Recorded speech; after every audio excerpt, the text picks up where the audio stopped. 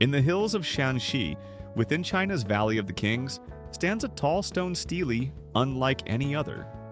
It marks the tomb of Wu Zetian, the only woman in 2,000 years of Chinese imperial history who dared to call herself emperor. The stele is blank, intentionally left unwritten, as if challenging history itself to decide who she truly was. For more than a millennium, chroniclers have painted her as a ruthless usurper.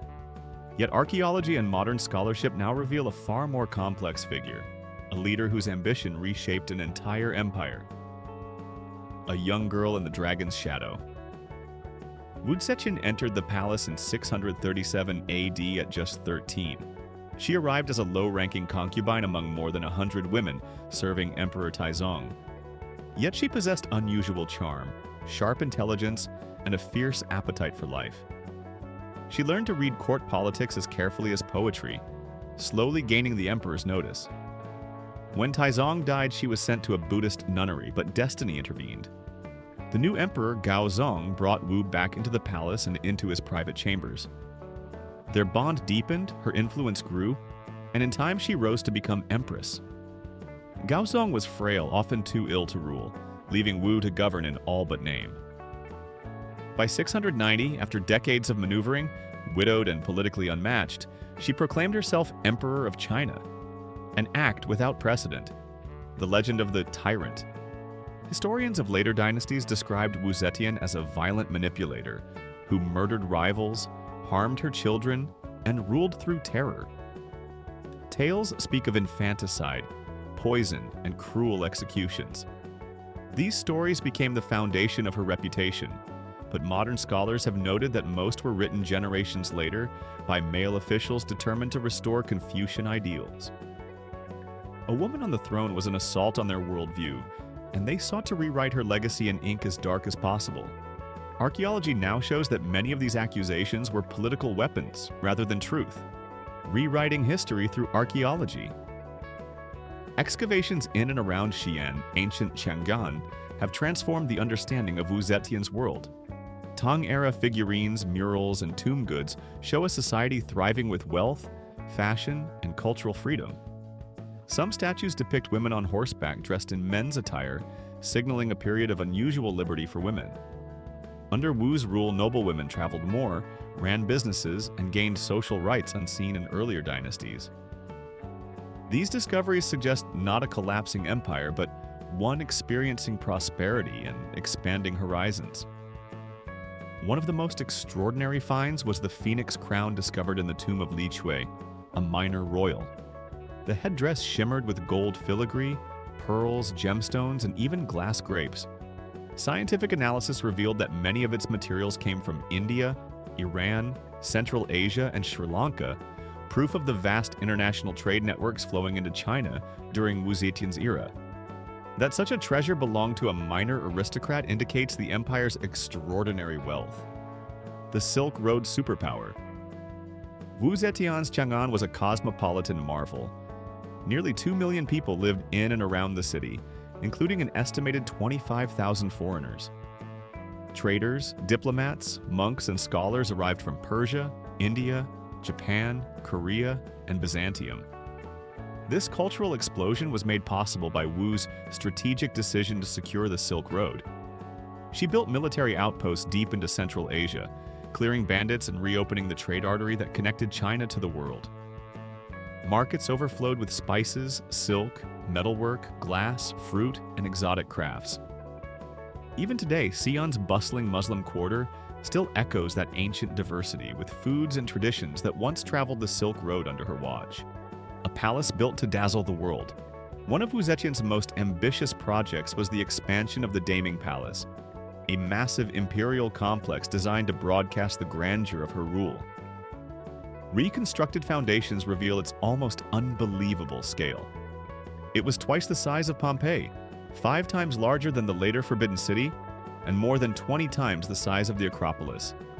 Foreign envoys approached its towering gates in awe, feeling they were entering a celestial realm.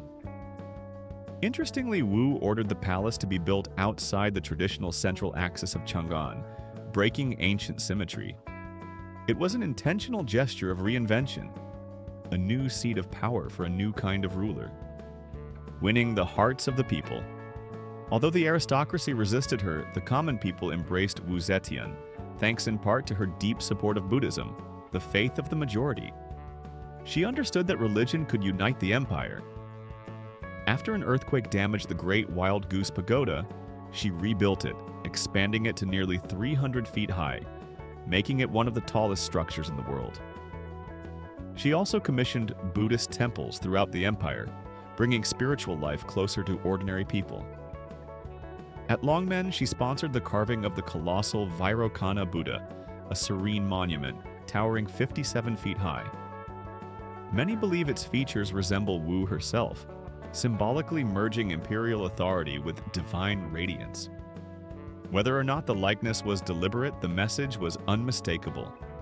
The emperor stood at the center of cosmic order, a master of administration. Wu Zetian was not only a political strategist, but also an effective administrator. During times of drought and famine early in the century, grain shortages led to unrest. Wu undertook large-scale reforms, building advanced granaries linked by canal systems. Archaeologists studying these vast storage facilities have found inscriptions dating them to her reign and evidence of sophisticated ventilation that kept rice edible for years. These granaries protected soldiers and civilians alike, stabilizing the empire during crises and strengthening the economy for decades after her death. Another revolutionary act was her reshaping of the bureaucracy. Rather than allowing aristocratic clans to dominate government, she opened examinations to commoners, giving talented but low-born men a path to power. This merit-based approach would later become a defining feature of Chinese governance for centuries. She also appointed women to positions of influence, most famously Shangguan Wan'er, a gifted poet who rose to become prime minister. After Wu's death, Shangguan's tomb was deliberately destroyed by later emperors, reflecting the backlash against the era of female authority. The shadows that remain. Not all the dark stories about Wu Zetian are myths. New discoveries in the tomb of her great-granddaughter, Princess Yongtai, suggest the young princess died from an induced miscarriage, possibly ordered by Wu or by powerful allies acting on her behalf.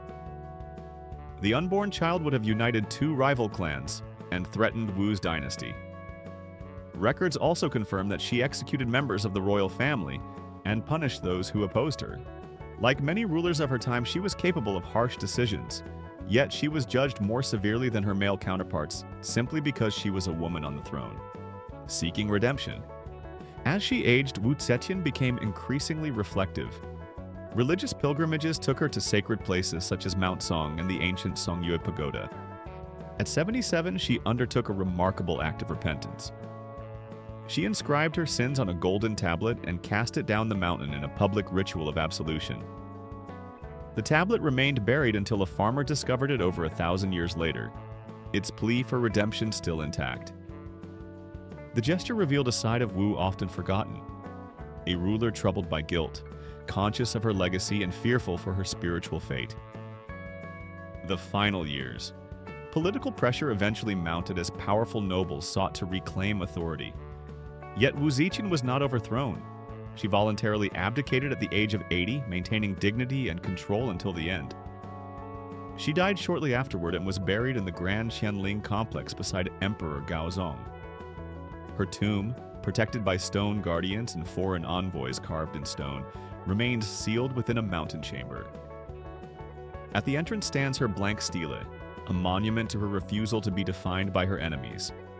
For centuries, historians filled that silence with accusations, but as archaeology continues to illuminate her era, a new image emerges, not of a tyrant, but of a formidable visionary leader whose influence helped create one of the golden ages of Chinese civilization.